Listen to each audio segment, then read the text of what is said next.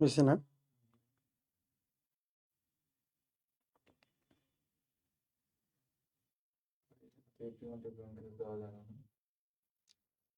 না, পেজে এভরিওয়ান আসে না। যাক, আমরা শুরু করব।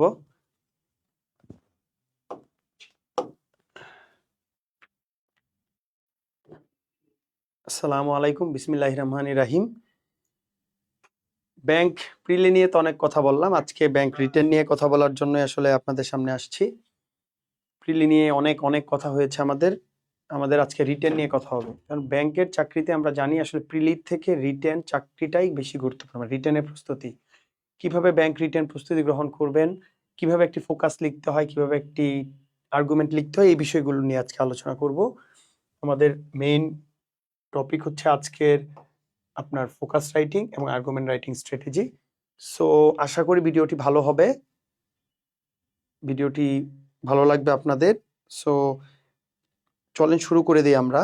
তো শুরু করার আগে বরাবরের মতোই আপনাদের প্রতি যেই চাওয়া আমার, তা হচ্ছে ভিডিওটি অবশ্যই শেয়ার করে দিবেন। আমি কিছুটা গলায় কম শুনতে পারেন, যদি সাউন্ড ঠিক না থাকে কমেন্ট করে জানাবেন যে সাউন্ড ঠিক মতো শোনা যাচ্ছে কিনা, ঠিক মতো আপনারা শুনতে পাচ্ছেন কিনা সেটা কমেন্ট করে জানাবেন। সাউন্ড ক্লিয়ার কিনা, যদি সাউন্ড ক্লিয়ার হয় এবং আপনাদের শেয়ার করার কাজটা হয়ে যায় তখন কিন্তু আমরা শুরু করে দেবো। দুইটা কাজ আপনাদের প্রতি আমাদের আহ্বান থাকবে, একটা হচ্ছে আপনারা শেয়ার করবেন। ব্যাংক রিটেন নিয়ে আজকের আমাদের ডিসকাশনটা হবে ব্যাংক রিটেন। আমরা সবসময় ব্যাংক প্রিলি নিয়ে কথা বলি, প্রিলি রেজাল্টের পর আসলে রিটেন নিয়ে কথা বলাটা কতটা যৌক্তিক আমি জানি না, তাই রিটেন সেশনটা আজকে আমরা প্রথমেই রাখছি। তো আমরা শুরু করব। আবারও বলবো, যারা শোনা যাচ্ছে কিনা কাইন্ডলি কমেন্টে জানাবেন। আমি একটু আপনাদের কাছ থেকে যদি আশ্বস্ত হই আমার এই গলার কণ্ঠই আপনাদের জন্য এনাফ, শোনা যাচ্ছে, তাহলে আমরা সেশনটি শুরু করব। খুব সুন্দর একটি সেশন হবে আজকে। আশা করি আপনারা রিটেন সম্পর্কে একটি ভালো ধারণা পাবেন। আপনার প্রিলিমিনারি মাস্টার ভর্তি হয়েছি, আমরা প্রিপারেশন এখন আপনারা শুনতে পাচ্ছেন। তো আমরা শুরু করব আল্লাহর নাম নিয়ে, বিসমিল্লাহির রহমানির রহিম। তো আগে যেটা বললাম, এটা একটা ব্যাংক রিটেন সেশন। এই রিটেন সেশনে আমরা ফোকাস রাইটিং স্ট্র্যাটেজি এবং আর্গুমেন্ট রাইটিং স্ট্র্যাটেজি নিয়ে কথা বলবো, ঠিক আছে? তো চলুন শুরু করি।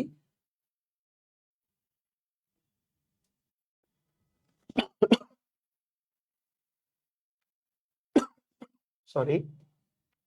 তো শুরু করার আগে আমরা একটু মানবন্টনটা সম্পর্কে একটু দেখে নিব। আশা করি ক্লিয়ারলি মানবন্টনটা দেখা যাচ্ছে।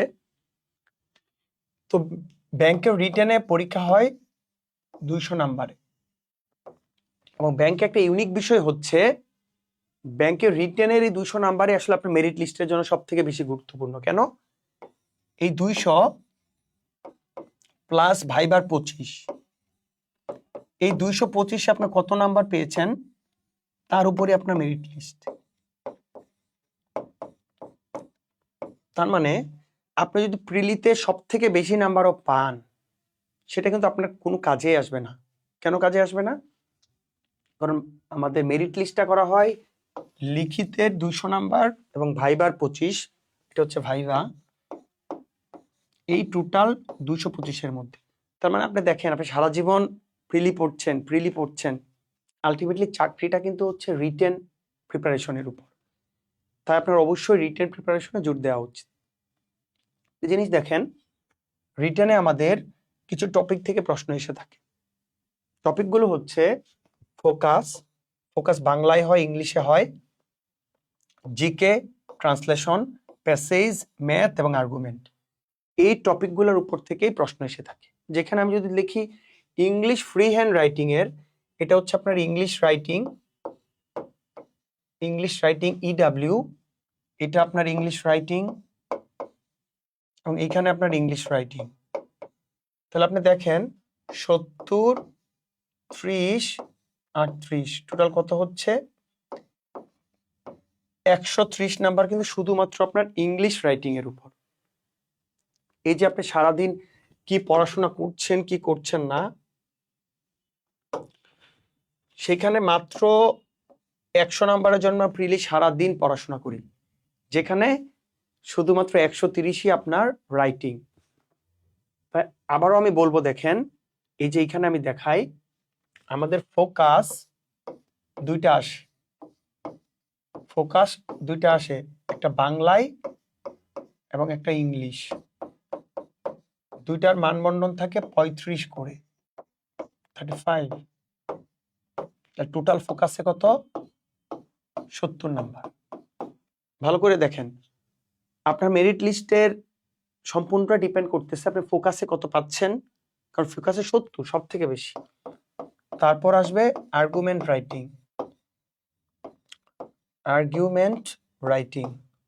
দেখেন আর্গুমেন্ট রাইটিং এ আমার নাম্বার হচ্ছে 30, ফোকাসে 70। আর passage solving, passage solving number হচ্ছে 30। তাহলে টোটাল রাইটিং এর নাম্বার কত হইল? 103। এখন আমাকে বলেন, আপনি যদি সত্যিকার অর্থেই বাংলাদেশ ব্যাংকে রেডি হতে চান, সত্যিকার অর্থেই বাংলাদেশ ব্যাংকের এডি হতে চান, আপনি আসলে কোন জায়গায় ফোকাস দিবেন? আপনার ফোকাস দেওয়ার জায়গা হচ্ছে এই 3টা টপিকসের উপর। তার মানে আপনি সারাদিন যদি ফ্রিলি পড়েন, 100তে 80-85 মার্ক কাভার করলেন, কিন্তু এই 130-এ ডিব্বা মারেন যদি, তাহলে কিন্তু আপনি আসলে সাকসেসফুল হতে পারবেন না। তাই আমাদের পক্ষ থেকে পরামর্শটা একটা স্পষ্ট পরামর্শ, 3-3.5 মাস যে সময় পাবেন, শুধুমাত্র প্রিলির প্রিপারেশন নিলে আপনার মোটেও হবে না, একই সাথে প্রিলি এবং রিটেনকে পড়তে হবে। কোনোভাবে আল্লাহর রহমতে যদি আপনি প্রিলি কাভার করে ফেলেন, তাহলে কিভাবে রিটেনের প্রস্তুতি নিতে হয় সেটা যাতে আপনার আগে থেকে ধারণা থাকে, পড়াশোনা কিছুটা গুছানো থাকে, ওই বাকি 7 থেকে 10 দিন আপনি সুন্দর মতো যাতে প্রস্তুতিটা গুছিয়ে নিতে পারেন। এটাই হচ্ছে আমার পক্ষ থেকে পরামর্শ। এখন আমরা আজকের ক্লাসে যেটা করব সেটা হচ্ছে একটা ফোকাস রাইটিং লেখার কৌশল আপনাদের দেখাবো, ডেমো ফোকাস। একটা ফোকাস কিভাবে লিখতে হয় তার ডেমো দেখাবো। দেখেন এইভাবে লাইভ সেশন করে ফোকাস রাইটিং এর ডেমো সবাই দেখায় কিনা আমি জানি না, কিন্তু এই ফোকাস রাইটিং লেখার কৌশল অথবা ডেমো ফোকাস রাইটিং থেকে আপনি একটা স্পষ্ট ধারণা পাবেন কিভাবে ফোকাসটা লিখতে হয়। আমি নিজে কিভাবে ফোকাস লিখেছিলাম, একটা ফোকাস কিভাবে সব থেকে ভালোভাবে লিখলে সর্বোচ্চ মার্কস পাওয়া যেতে পারে, এই জিনিসটা আজকে আমরা তুলে ধরবো। It is a demo focus. আপনি যদি এই নিয়ম, এই স্ট্র্যাটেজিগুলো খুব ভালোভাবে ফলো করেন ডেমো ফোকাস লেখার, আমার বিশ্বাস আপনি পরীক্ষায় সব থেকে বেশি মার্ক পাবেন। তো চলুন আমরা কথা না বাড়িয়ে কিভাবে একটা ডেমো ফোকাস লিখতে হয় সেটা আপনাদের সামনে তুলে ধরি। আশা করি আমার যে বন্ধুরা ফ্রিতে এই ক্লাসটি দেখছেন তাদের এই ডেমো ফোকাস লেখার স্টাইলটি কাজে আসবে ইনশাল্লাহ।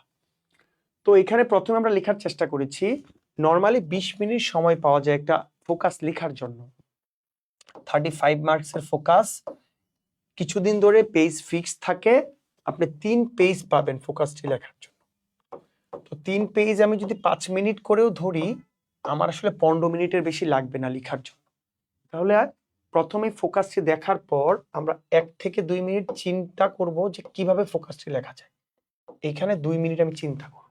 আমি আবারও বলতেছি, আমি 2 মিনিট সুন্দর করে স্ট্রাকচারটি গুছিয়ে নিব কিভাবে আমি ফোকাসটি লিখব। তাহলে প্রথমে আমি কি করব, চিন্তা এবং কাঠামো তৈরি 2 মিনিট, যে আমার ফোকাসটি কমন পড়লো, এখন ফোকাসটি কিভাবে লেখা যায়। যেমন ধরেন ফোকাস আসলো বাংলাদেশের অর্থনৈতিক উন্নয়নে ক্ষুদ্র ঋণের ভূমিকা, ধরেন আসলো ক্ষুদ্র ঋণের ভূমিকা। তো এই যে ক্ষুদ্র ঋণের ভূমিকা আসলো, এখন আপনি আসলে সাজাবেন, কি সাজাবেন, আপনার স্ট্রাকচারটি চিন্তা ভাবনা হবে যে আমি প্রথমে একটা উক্তি দিব, হোয়াট ইজ ক্ষুদ্র ঋণ, মানে ক্ষুদ্র ঋণ নিয়ে একটা উক্তি দিব, হয়তো ডক্টর মোহাম্মদ ইউনূস বা অন্য কারো। তারপর একটা সুন্দর ভূমিকা লিখবো, ক্ষুদ্র ঋণ কি লিখবো, এটার গুরুত্ব কি লিখবো বা ভূমিকা কি, চ্যালেঞ্জগুলো লিখবো, এনজিও বা সরকারি অর্গানাইজেশনগুলো এটার সম্পর্কে কি করছে, আপনার কোনো রেকমেন্ডেশন, ভূমিকা, এরকম একটা কিছু পয়েন্ট আমি মাথায় সাজাবো। এবং সেই পয়েন্টগুলো আমি প্রশ্নে অথবা রাফ যদি কোনো পেজ থাকে সেখানে 1-2টা পয়েন্ট লিখে ফেলবো, পয়েন্ট অথবা ডেটা লিখবো। ছোট করে পয়েন্ট বা ডাটা একদম ছোট করে লিখবো, একদম ছোট করে পয়েন্ট বা ডাটাটা লিখবো। কেন লিখবো? কারণ পরীক্ষার প্রেসারে তখন ভুলে যেতে পারি। তারপর হচ্ছে আমি 15 মিনিট মেইন ফোকাসটি লিখবো। কত মিনিট? আবারও বলতেছি 15 মিনিট। 15 মিনিট মেইন ফোকাসটি লিখবো, 15 মিনিট।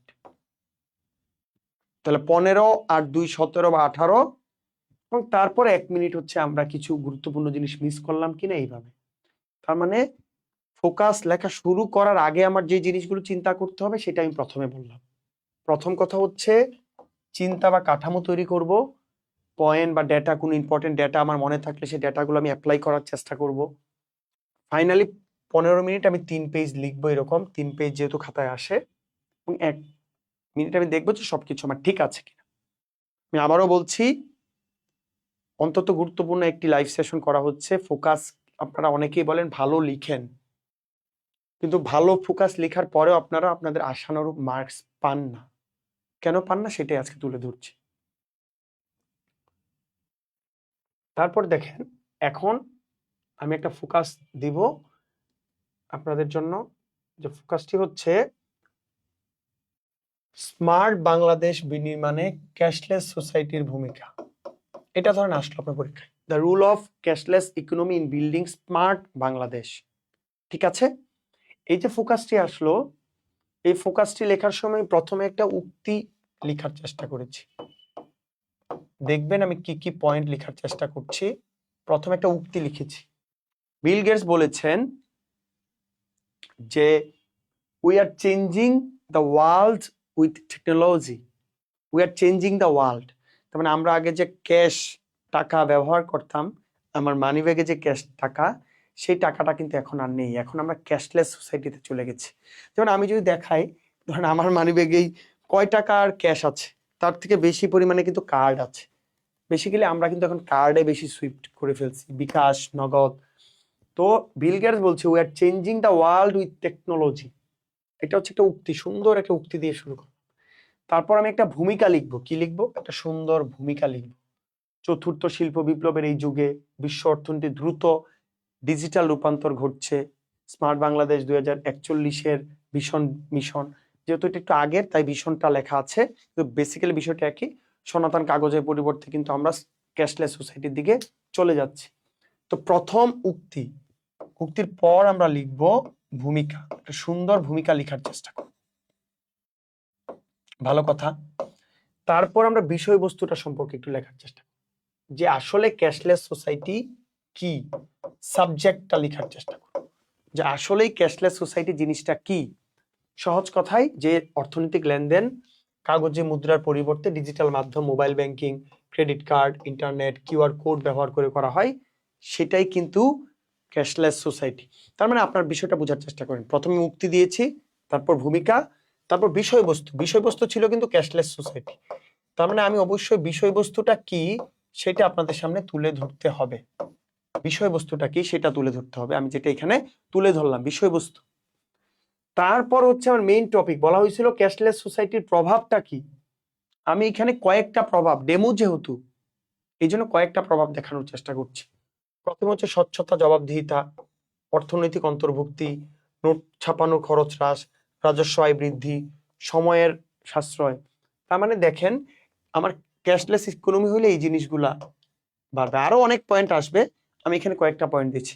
স্বচ্ছতা, জবাবদিহিতার ক্যাশলেস সোসাইটি আসলে হচ্ছে আমার কি হবে, অর্থনৈতিক অন্তর্ভুক্তি বাড়বে বলা হয়েছে, নোট ছাপানোর খরচ কমে যাবে, রাজস্ব আয় বৃদ্ধি পাবে বলা হয়েছে, সময় সাশ্রয় হবে, এবং আমাদের যে ই গভর্নেন্স সেটা আরো বাড়ানোর সুযোগ থাকবে।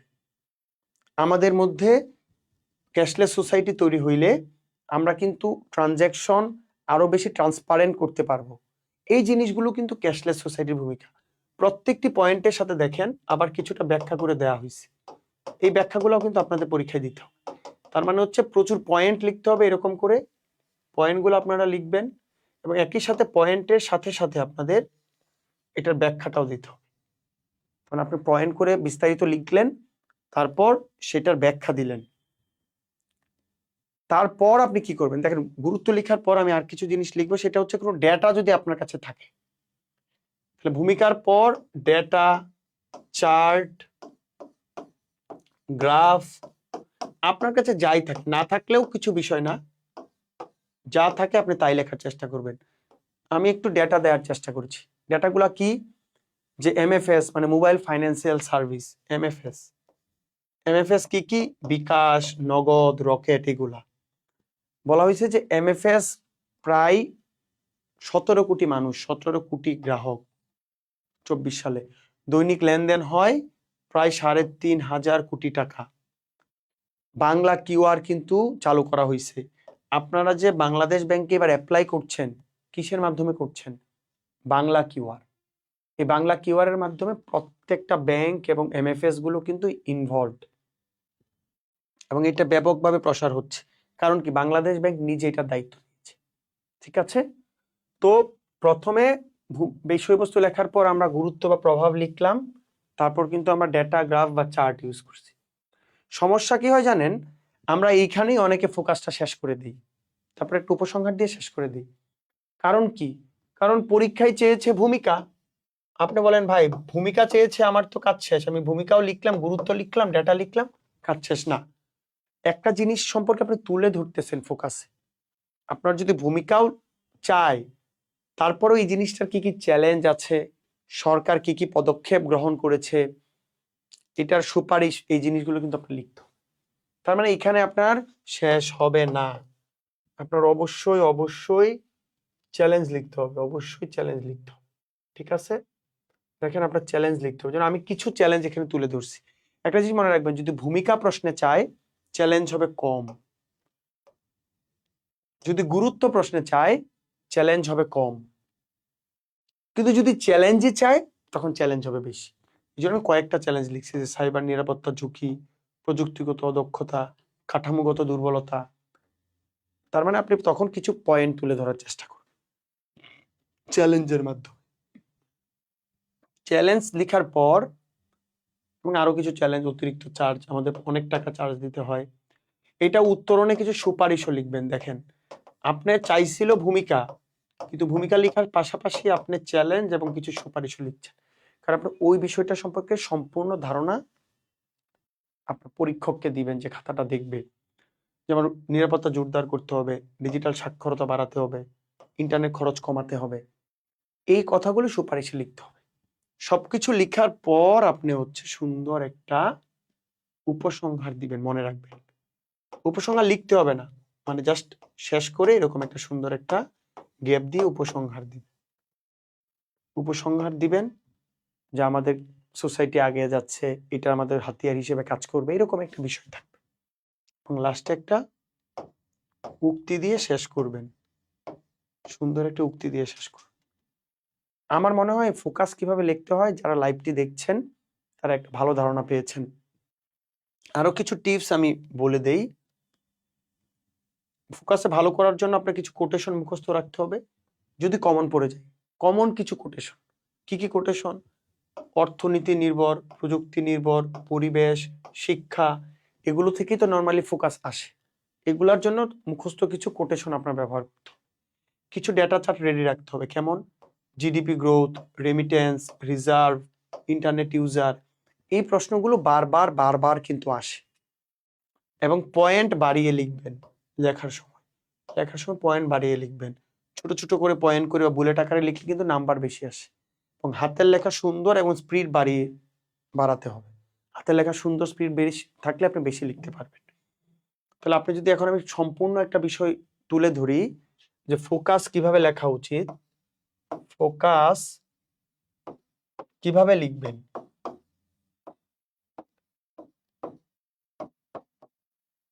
লিখবেন সেইখানে দুইটা পার্ট হবে।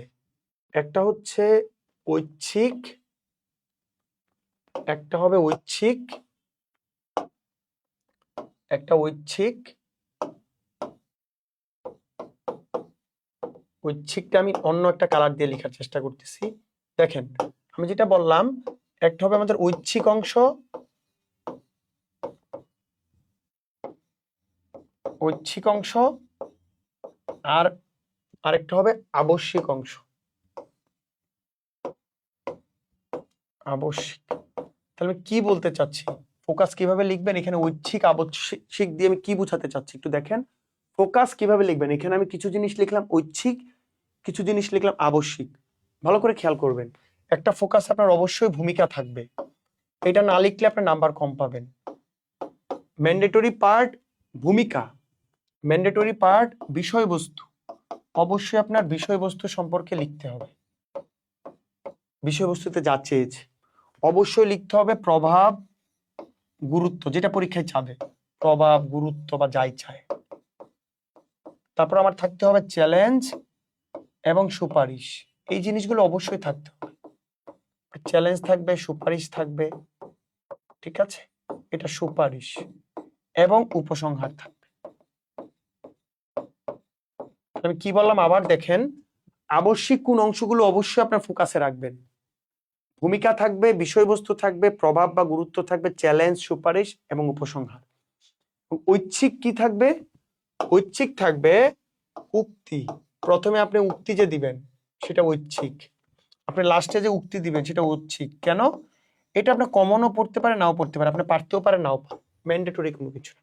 এবং এইখানে একটা ডেটা বা চার্ট দেওয়া ভালো, কিন্তু ঐচ্ছিক। একটা ডেটা বা চার্ট, ডেটা বা চার্ট এটা ঐচ্ছিক। কেন বললাম? কারণ এটা আপনার মুখস্থ নাও থাকতে পারে, এটা ঐচ্ছিক। তাহলে আমার মনে হয় পুরো ক্লিয়ার যে একটা ফোকাসের মধ্যে কি কি বিষয় ঐচ্ছিক হবে এবং কিছু বিষয় আপনার অবশ্যই অবশ্যই রাখা উচিত, কি কি বিষয় ঐচ্ছিক হবে এবং কি কি বিষয় অবশ্যই রাখা উচিত। তাহলে আমি আবারও বলছি, ফোকাস লেখার ক্ষেত্রে অবশ্যই আপনার উক্তি হবে ঐচ্ছিক, শেষে যখন উক্তি দিবেন সেটা ঐচ্ছিক, ডেটা চার্ট ঐচ্ছিক। তো বাকি যে লাল দিয়ে আমি যে পয়েন্টগুলো লিখেছি, ভূমিকা, বিষয়বস্তু, প্রভাব, গুরুত্ব, চ্যালেঞ্জ, সুপারিশ এবং উপসংহার, প্রত্যেকটা ফোকাসই থাকবে। আরেকটা বিষয় থাকবে, সেটা হচ্ছে এই প্রভাবের পর সরকার কর্তৃক গৃহীত কোনো পদক্ষেপ থাকলে লিখতে পারেন। সরকারের ইনিশিয়েটিভ, সরকারের পদক্ষেপ যদি আপনার পারেন তাহলে লেখাটি আরো সুন্দর হবে। সরকারের পদক্ষেপ, ঠিক আছে, কি বললাম? সরকারের পদক্ষেপ, সরকারের পদক্ষেপ। আশা করি কথা ক্লিয়ার, একটি ফোকাস কিভাবে লিখতে হবে। আপনাদের এই জিনিসটা লেখার পর কোনো কমেন্টগুলো আপনাদের দেখার চেষ্টা করব একটু, কে কি কমেন্ট করেছেন। লিখিত ম্যাথ নিয়ে আলোচনা করেন কিভাবে করব। আজকে শুধুমাত্র আর্গুমেন্ট রাইটিং এবং ফোকাস রাইটিং নিয়ে কথা বলবো, ঠিক আছে?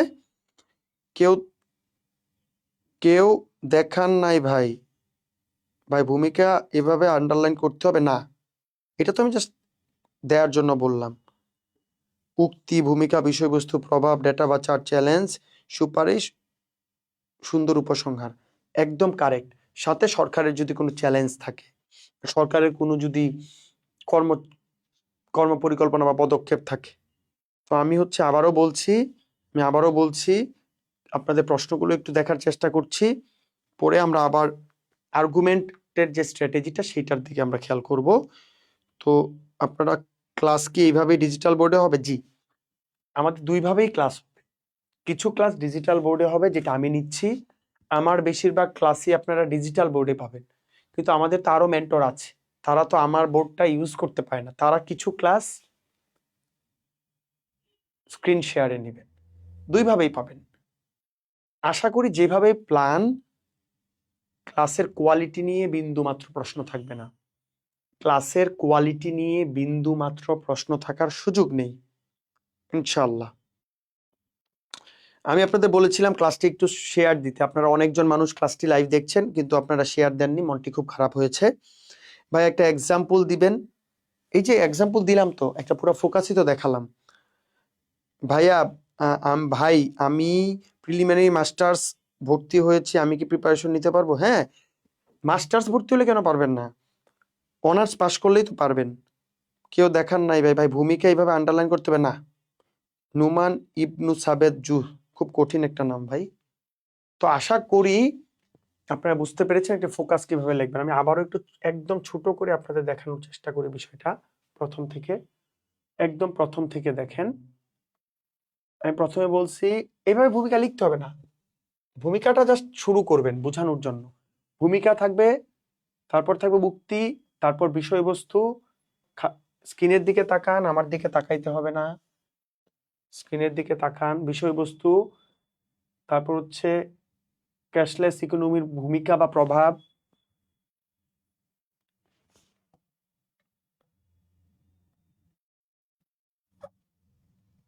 বড় হয়ে গেছে একটু, এক সেকেন্ড।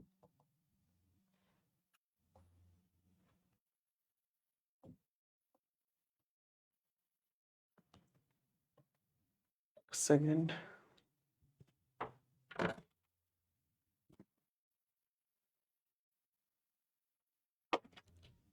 আমরা একটু ছোট করার চেষ্টা করে দাঁড়ান।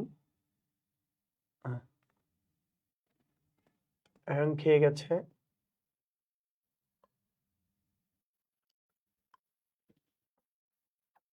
হুম,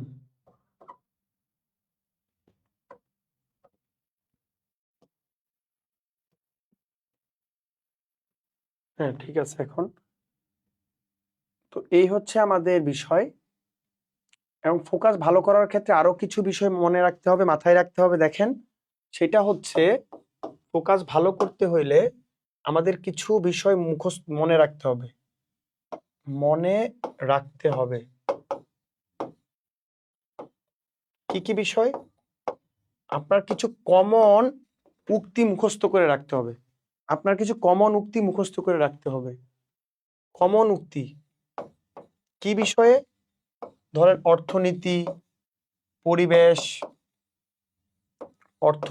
পরিবেশ এই রিলেটেড কিছু কমন উক্তি মুখস্থ করে রাখতে হবে। আপনার কিছু ডেটা মনে রাখতে হবে। ডেটাগুলো কি কি হবে? জিডিপি, রেমিটেন্স,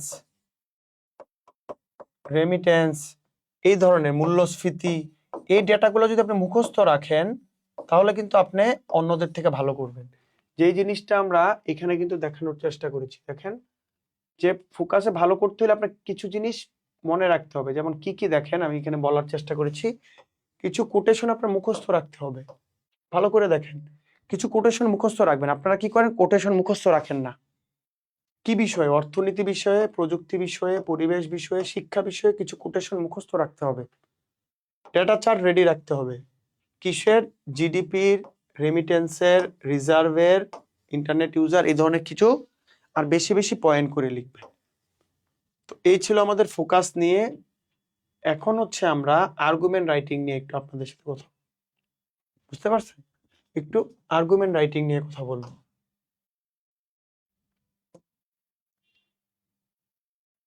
যদি একটু বড় করি আমরা, তাহলে আমরা দেখব আর্গুমেন্ট রাইটিং নিয়ে আমরা একটু বড় করব, দেখব। এখন দেখেন আর্গুমেন্ট রাইটিং আসলে কি। আমি সবসময় বলি আর্গুমেন্ট রাইটিং আসলে একটি ম্যাথের মতো বিষয়। আপনি যে খুব ভালোভাবে পয়েন্ট তুলে ধরে ধরে লিখতে পারেন, আপনি আর্গুমেন্ট রাইটিং এ খুব ভালো করবেন। আমি আবারও বলছি, আর্গুমেন্ট রাইটিং হচ্ছে ম্যাথ। আর্গুমেন্ট রাইটিং কি? আর্গুমেন্ট রাইটিং হচ্ছে ম্যাথ। আপনি যদি সিস্টেমেটিক ওয়েতে সমস্যাটার বিশ্লেষণ এবং সমাধান দিতে পারেন তাহলে আপনি ফুল মার্কস পাবেন। ম্যাথে আমরা কি করি? একটা প্রবলেম দেয়া থাকে, আমরা সেই প্রবলেমটা কি করার চেষ্টা করি? একটা প্রবলেম দেয়া থাকলে আমরা সেটা সমাধান করি। আমরা আবারও বলবো, আর্গুমেন্ট রাইটিং হচ্ছে ইটসেলফ ইজ এ প্রবলেম। এই প্রবলেমটা আমরা সমাধান করব। আর্গুমেন্ট রাইটিংটা যদি আপনি ম্যাথের মতো চিন্তা করে পয়েন্ট এবং এটা স্ট্র্যাটেজি জেনে জাস্ট আমরা যেভাবে বলবো সেভাবে লিখে দিয়ে আসতে পারেন, আপনি আর্গুমেন্ট রাইটিং এ অনেক মার্কস পাবেন। আমার বিশ্বাস, আমি আমার আর্গুমেন্ট রাইটিং এ 23-24 পেয়েছি 30-এ, আরো বেশিও পাওয়া সম্ভব। তাহলে কিভাবে 23-24 পাবেন এটাই আজকে আপনাদের দেখা। দেখেন আর্গুমেন্ট রাইটিং, আমি আবারও বলছি, এটা একটা প্রবলেম সলিউশন। বলা হয়েছে আর্গুমেন্ট রাইটিংটা কি। দেখেন, আর্গুমেন্ট রাইটিংটা হচ্ছে একটা যুক্তি, ঠিক আছে? তো আর্গুমেন্ট রাইটিংটা হচ্ছে একটা যুক্তি। আর্গুমেন্ট রাইটিং এ আপনি বিভিন্ন উপায়ে যুক্তিটা তুলে ধরতে পারেন। আপনি বিভিন্ন উপায়ে যুক্তিটা তুলে ধরতে পারবেন, সমস্যাটা বিশ্লেষণ করবেন, করে আপনি যদি ভালো করে দেন তাহলে আপনি খুব ভালো নাম্বার পেতে পারেন। তার মানে কি আর্গুমেন্ট একটা যুক্তি, সেই যুক্তিটা যদি আপনি ভালোভাবে খণ্ডন করতে পারেন আপনি ভালো মার্কস পাবেন। ঠিক আছে, তারপর যদি আমরা দেখি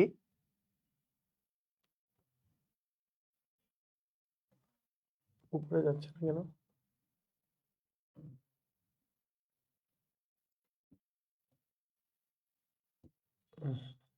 স্ক্রিনটা প্রতিদিন একটু ঝামেলা করে। এখন দেখেন ধাপটা কি কি একটা আর্গুমেন্ট লেখার, আমি আবারও বলি, একটা আর্গুমেন্ট লেখার 4টা পার্ট আজকে দেখে যান, এটাই ফার্স্ট এবং এটাই লাস্ট। যদি এই 4টা পার্ট ভালো করে মনে রাখতে পারেন আর্গুমেন্ট রাইটিং এর, আপনি জীবনে আর্গুমেন্ট রাইটিং এ 20-এর কম পাবেন না, 30। যদি মান বন্টন থাকে 30, আপনি 20-এর কম কখনোই পাবেন না। কি কি? একটা ইন্ট্রোডাক্টরি পার্ট থাকবে, একটা মেইন বডি থাকবে, একটা কাউন্টার আর্গুমেন্ট থাকবে এবং একটা কনক্লুশন পার্ট থাকবে। কি বললাম?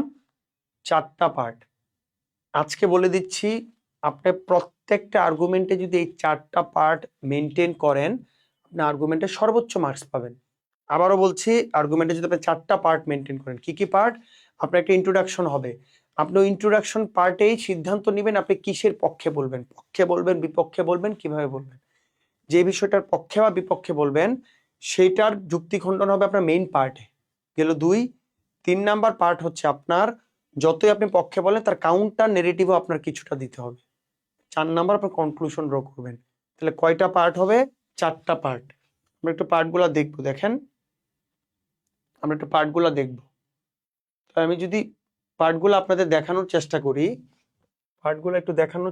তাহলে আপনি দেখতে পারবেন যে প্রথমে যে লেখার স্টাইলটা যদি আমি আপনাদের বলি, যে প্রথম বাক্য, প্রথমে এটা হচ্ছে জেনারেল স্টেটমেন্ট, 2 নাম্বার হচ্ছে আপনার মতামত দিবেন, 3 নম্বরটা আপনি স্ট্যান্ড টানবেন। যেমন টেমপ্লেটটা দেখেন, যে কোনো কিছুর ইন্ট্রোডাকশন টেমপ্লেট, ইন্ট্রোডাকশন, যে কোনো আর্গুমেন্টের ইন্ট্রোডাকশন এইভাবে আপনাকে কেউ দেখাবে না। যে কোনো আর্গুমেন্টের ইন্ট্রোডাকশন, ইন্ট্রোডাকশনটা কি একটু দেখেন। যে কোনো আর্গুমেন্টের ইন্ট্রোডাকশন যে is currently a widely discussed issue in the socio-economic context, while some argue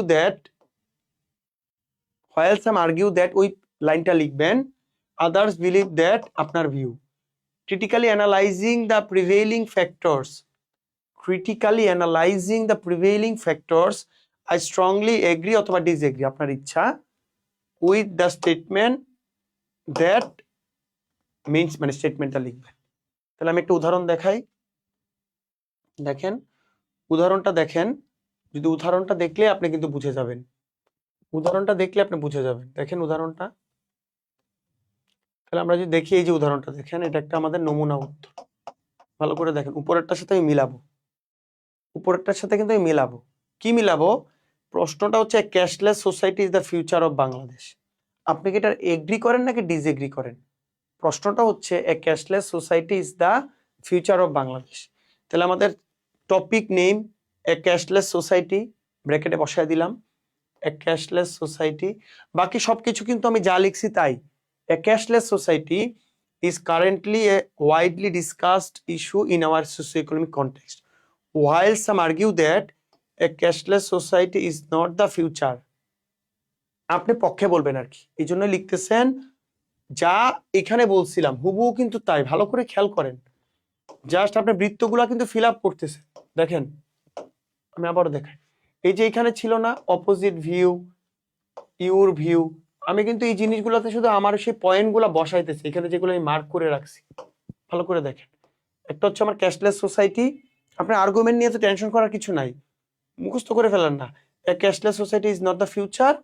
আর যেখানে লেখছেন some others believe that cashless society is the ultimate evolution of the society, critically analyzing the prevailing factors, I strongly with the statement that a cashless society indeed is the future of Bangladesh. এই যে introduction লিখছেন, এটার জন্য কি আপনার ইংলিশের জাহাজ হইতে হবে? মোটেও না। আপনার বুদ্ধিমান হইতে হবে, আপনি যদি বুদ্ধিমান হন তাহলে এই আর্গুমেন্ট লিখতে নিয়ে আপনার কোনো ঝামেলা হবে না। আবারও বলতেছি, আপনার বুদ্ধিমান হইতে হবে। আপনি যদি বুদ্ধিমান হন তাহলে কিন্তু এই আর্গুমেন্ট লিখতে আপনার কোনো ঝামেলা হবে না। ঠিক আছে, তারপর দেখেন, তারপরটা দেখেন, আপনাদের টপিক সেন্টেন্সটা লিখে ফেলছি আমরা, ঠিক আছে, আমরা টপিক সেন্টেন্স লিখে ফেলছি। এখন হচ্ছে আমরা মেইন বডিটা লিখব। আমরা টপিক সেন্টেন্স লিখে ফেলছি, এখন আমরা মেইন টপিক সেন্টেন্স আমরা কি লিখছি, যে আমরা এগ্রি করছি, ঠিক আছে, উই এগ্রি, মনে রাখবেন। তাহলে আমার আনসারটাও এগ্রিমেন্টের সাথেই কিন্তু হবে, আমি এগ্রি করে আসছি। এখন এখানে বলছি আমরা শুরুতে কিছু ফার্স্টলি, হাউএভার, এডিশনালি এই ধরনের অ্যাডভার্ব ইউজ করব। কিভাবে করব দেখেন, এই যে দেখেন, firstly, a cashless society significantly ensures transparency and curbs corruption, কমায় দেয় করাপশন। মানে আপনি পক্ষে লিখতেছেন, ফার্স্টলি, প্রথমত আপনি পক্ষে কিছু যুক্তি দিচ্ছেন, প্রথমত যুক্তি, জাস্ট আপনার একটা পয়েন্ট তুলে ধরা আর কি, প্রথমত কিছু যুক্তি দিচ্ছেন। মোর এবার আপনি এক লাইনেই সব যুক্তি দিবেন না, ফার্স্টলি দিয়ে কিছু পয়েন্ট আপনি তুলে ধরছেন, মোর ওভার দিয়ে আপনি আরো কিছু পয়েন্ট তুলে ধরবেন, এডিশনালি দিয়ে আপনি আরো কিছু পয়েন্ট। কিছুক্ষণ আমরা ক্যাশলেস সোসাইটির কিছু পড়ে আসছি না, যেটা ট্রান্সপারেন্সি বাড়ায়, ইফিসিয়েন্সি বাড়ায়, এটা হচ্ছে প্রিন্টিং ঝামেলাতে নাই। এই যে তিনটা পয়েন্ট আপনি ঠিক করলেন, তিনটা পয়েন্ট তিনটা প্যারায় লিখবেন, ফার্স্টলি, মোরেভার, এডিশনালি, যেই পয়েন্টটি আপনার মাথায় আসুক খুবই সহজ ভাষায় লিখে আসবেন। প্রথমে ইন্ট্রোডাক্টরি প্যারা লিখবেন, যেটা লিখে দিছি মুখস্থ, তারপর জাস্ট ফার্স্টলি, মোরওভার, এডিশনালি, এইভাবে লিখবেন। তারপর দেখেন, তারপর হচ্ছে কাউন্টার পার্ট, আপনি তো পক্ষে লিখলেন, এখন কিছু বিপক্ষেও লিখতে হবে। এটাই একটা স্ট্রং আর্গুমেন্টের বিষয়। কেন? আপনি এটার কিছু লুপ হোলসও তুলে ধরতে হবে পরীক্ষায়, আপনার এটার কিছু লুপ হোলস তুলে ধরতে হবে, বিপক্ষেও কিছু কিছু বিষয় লিখতে হবে, ঠিক আছে। তো বিপক্ষে লেখার বিষয়গুলো হচ্ছে হাওয়েভার দিয়ে শুরু করবেন, হাওয়েভার দিয়ে শুরু করবেন। আমি এই পাশ থেকে বলি, হাওয়েভার দিয়ে বিপক্ষে লেখা শুরু করবেন, এটা হচ্ছে কাউন্টার পার্ট। প্রত্যেকটা আর্গুমেন্টের কাউন্টার পার্ট থাকবে, নাহলে আপনি আর্গুমেন্টে ভালো পাবেন না। নর্মালি হাওয়েভার দিয়ে শুরু করবেন, হাওয়েভার দিয়ে শুরু করবেন, হাওয়েভার দিয়ে শুরু করবেন। কি লিখছেন আপনি? However, critics might argue that a significant portion of Bangladesh is rural people, যারা টেকনিক্যাল এফিসিয়েন্সি নাই, দিয়ে আপনি কিছু পয়েন্ট লিখলেন। তারা এমএফএস সার্ভিসটা ঠিকমতো কাজ করতেছে না, এখানে রিস্ক আছে, বায়োমেট্রিক সিকিউরিটি এখনো ঠিকমতো ফাংশন করতেছে না। তার মানে আপনি কিছু নেগেটিভ সাইড বলতেছেন, কিছু নেগেটিভ সাইড বলতেছেন, ঠিক আছে, বিপক্ষে বলতেছেন নেগেটিভ। পয়েন্টটা পজিটিভ, আপনিও এগ্রি করছেন পজিটিভ, তারপরেও কিছু নেগেটিভ বলবেন। আপনিও এগ্রি করছেন পজিটিভ, তারপরেও কিছু নেগেটিভ বলবেন। গেল আমার নেগেটিভ। তারপর আমরা যেটা করব, কনক্লুশন। কনক্লুশনটা কিভাবে শুরু করব? In conclusion we can conclude that, এভাবে লিখে শুরু করতে পারি, hence for the above reasons I can restate my agreement. মুখস্থ লাইন ভাই, আর্গুমেন্টের মতো সহজ কোনো জিনিস নাই, মুখস্থ লাইন। তাই আমি কি বললাম, উদাহরণ দিয়ে দিলাম, in conclusion despite some infrastructural challenges, কিছু চ্যালেঞ্জ আছে আপনি স্বীকার করছেন, কিন্তু হাওয়েভার দিয়ে, the shift towards the cashless society is inevitable, it ensures transparency, boost efficiency। একটু সামারি করবেন জিনিসটাকে, therefore, এই যে আমার line, therefore I restate my argument that a cashless society is the future of Bangladesh। আপনি আপনার পক্ষে লিখে দিলেন, খুব সুন্দরভাবে কিন্তু আপনি 24-25 পেয়ে যাবেন ভাই, 24-25 পাবেন। আমি প্রথমে উপর থেকে একটু বলে আসি কিভাবে কি করলাম, তারপর আমি একটু সামারি টানবো, উপর থেকে একটু বলে আসি কিভাবে কি করলাম, ঠিক আছে। প্রথমে আমরা যেটা করব, প্রথমে আমরা একটা ইন্ট্রোডাক্টরি পার্ট লিখব। আবারও বলি, প্রথমে কিছু ইন্ট্রোডাক্টরি পার্ট লিখব। হ্যাঁ, প্রথমে কি করব, কিছু ইন্ট্রোডাক্টরি পার্ট লিখব। দেখেন, from my point of view I agree, disagree, partially agree with the above statement. এটা হচ্ছে আপনার মেইন জিনিস, অ্যাবভ স্টেটমেন্ট। স্টেটমেন্টটা কি, এই যে আমি বলে দিছি, এই যে ক্যাশলেস সোসাইটি, এটাকে ব্র্যাকেট, জাস্ট ওই পয়েন্টটা বসাইলেই হবে, এখানে জাস্ট ওই পয়েন্টটা বসাবেন, আপনার আর্গুমেন্টের পয়েন্টটা বসাবেন, এটা আপনার রেডি। রেডি কি রেডি হয় নাই? কমেন্টে দেখবো রেডি হয়েছে কিনা, কমেন্টে দেখবো রেডি হয়েছে কিনা, কমেন্ট দেখবো আপনারা কি রেডি হয়েছে কিনা, স্বীকার করছেন কিনা যে রেডি হয়েছে।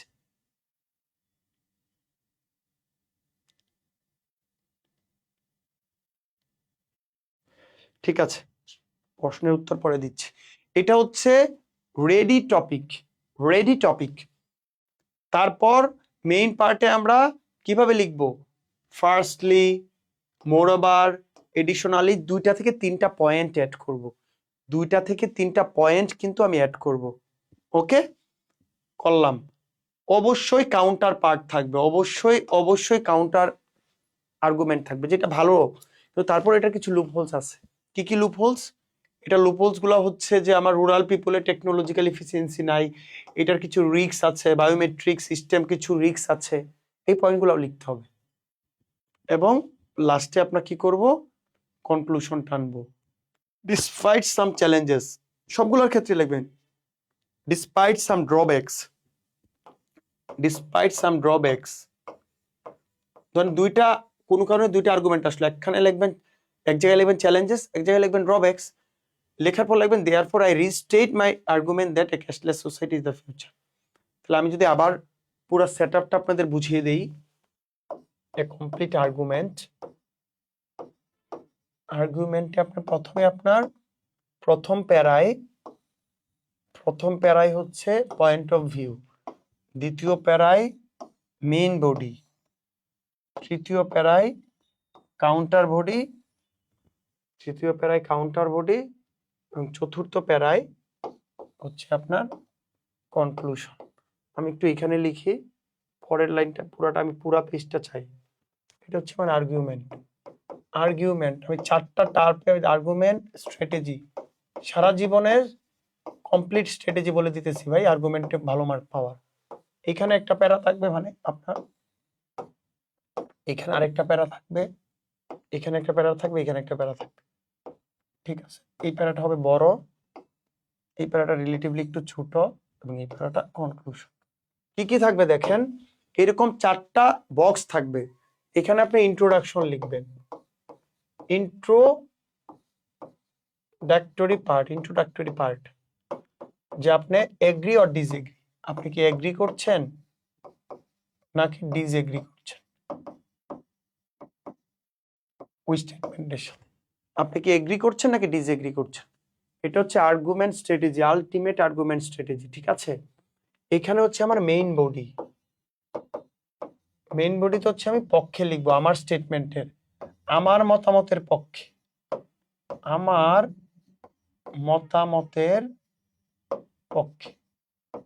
ঠিক আছে, এটা আমার মতামতের পক্ষে। আপনি যাই বলেন, আমার মতামতের পক্ষে আমি লিখবো এখানে। ঠিক আছে, আমার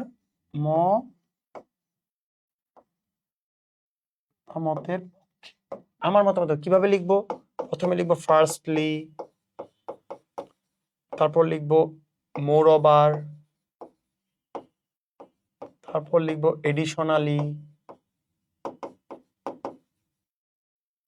এই 3 ভাবে আমি লিখবো, ফার্স্টলি, মোরওভার, এডিশনালি, এই ধরনের 3 ভাবে লিখবো। এটা হলো আমার পক্ষে, আর এখানে আমি বিপক্ষে লিখবো। এটা হচ্ছে কাউন্টার পার্ট। অবশ্যই কিছু জিনিসের আমার বিপক্ষে লিখতেই হবে। এখানে হাওয়েভার দিয়ে শুরু করব, হাওয়েভার দিয়ে কয়েকটা পয়েন্ট লিখবো বিপক্ষে, কয়েকটা পয়েন্ট। ঠিক আছে, কয়েকটা পয়েন্ট বিপক্ষে লিখবো। এখানে কনক্লুশন টানবো, আমি কেন এই পক্ষ নিয়েছি,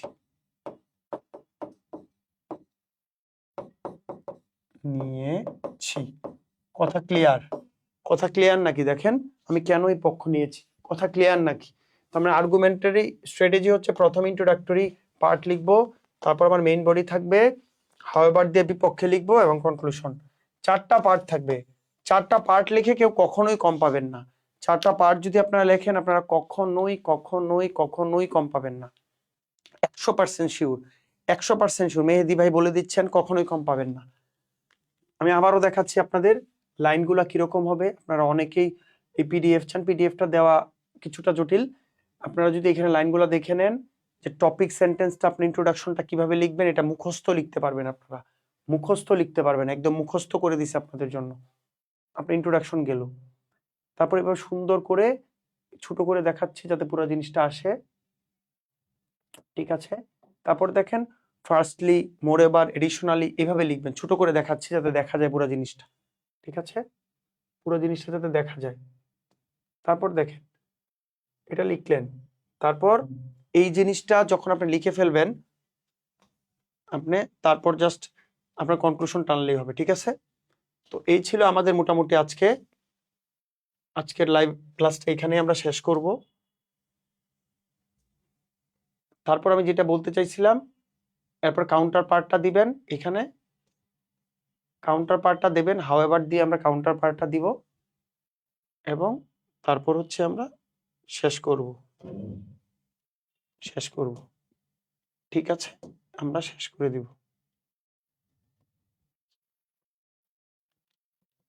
হ্যাঁ, তো এই ছিল আমাদের, আজকে থেকে আমাদের রিটেন ব্যাচ শুরু হবে, আলোকবর্তিকা রিটেন ব্যাচ, বিবিএডি আমাদের আজকে থেকেই রিটেন ব্যাচটা শুরু হবে, আজকে রাত থেকে আমাদের রিটেন ব্যাচ, ঠিক আছে। তো রিটেন ব্যাচে কি থাকবে, রিটেন ব্যাচে ভাইয়া কি থাকবে একটু বলে দিই আপনাদের জন্য।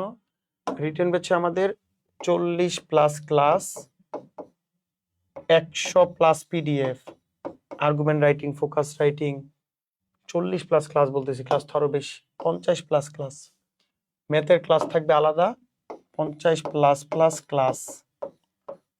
এটা শুধু রিটেন, আপনি কম্বো ব্যাচে ভর্তি হলে তো সবই পেয়ে যাবেন। এই হচ্ছে আমাদের বিবিএডি রিটেন ব্যাচ। আপনাদের প্রশ্নগুলো নিয়ে আমরা আমাদের লাইভটি আজকে শেষ করব। প্রশ্নগুলো নিব, দেখি কারা কি প্রশ্ন করেছেন, আমি কোনো উত্তর দিতে পারি কিনা, প্রশ্নগুলোর উত্তর দিতে পারি কিনা একটু দেখার চেষ্টা করব প্রশ্নগুলা। আলহামদুলিল্লাহ ভাই, অনেক কিছু ক্লিয়ার হলাম, থ্যাংক ইউ ভাই। ভাই রিটেনে ভর্তি হলে কি কি সুবিধা পেতে পারি কাইন্ডলি জানাবেন। ক্লাস পাবেন, পিডিএফ পাবেন, এক্সাম পাবেন, আমি খাতা দেখবো নিজে, ওয়েবসাইটে এক্সাম পাবেন, এই বিষয়গুলোই তো পাবেন, আর কি চান, আর কি চান। পিডিএফটা পেপার অ্যানালাইসিসের পিডিএফ এ কাইন্ডলি দিতে পারবেন কি, চেষ্টা করবো ইনশাল্লাহ। ভাই এটা কি এক পেজের মধ্যে লিখতে হবে না, নাম্বারের উপর, আপনার যদি 30 নাম্বারের প্রশ্ন থাকে, পেজ তো ফিক্সড পেজ, আমি আপনাদের ফরম্যাট শিখাইলাম, this is the format, page তো ফিক্সড, ফরম্যাট শিখলেন, ভাই পিডিএফটা দিবেন, পাবেন। ভাই পিডিএফ থেকে ক্লাস বুঝছেন নাকি সেটা বলেন, পিডিএফ তো আসলে মেইন বিষয় না, it's not all about PDF is not the main factor.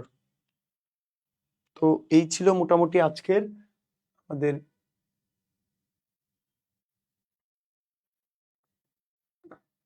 আমি কমেন্টগুলো দেখে শেষ করে দিব, ঠিক আছে, কমেন্টগুলো একটু দেখবো।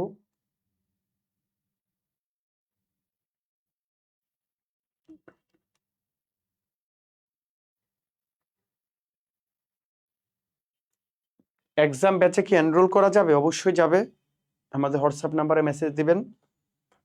এই কোর্স করলে কি অন্য কোনো ব্যাংকের সিলেবাসও কভার? 100%, বাংলাদেশ ব্যাংক করলে আপনার সকল ব্যাংকের কোর্স কভার হবে। রিটেনের জন্য 120 পাইলে ভাইবা কল পাবেন, 120-এর মতো পাইলে ভাইবা কল পাবেন। আর কিছু প্রশ্ন আছে দেখি,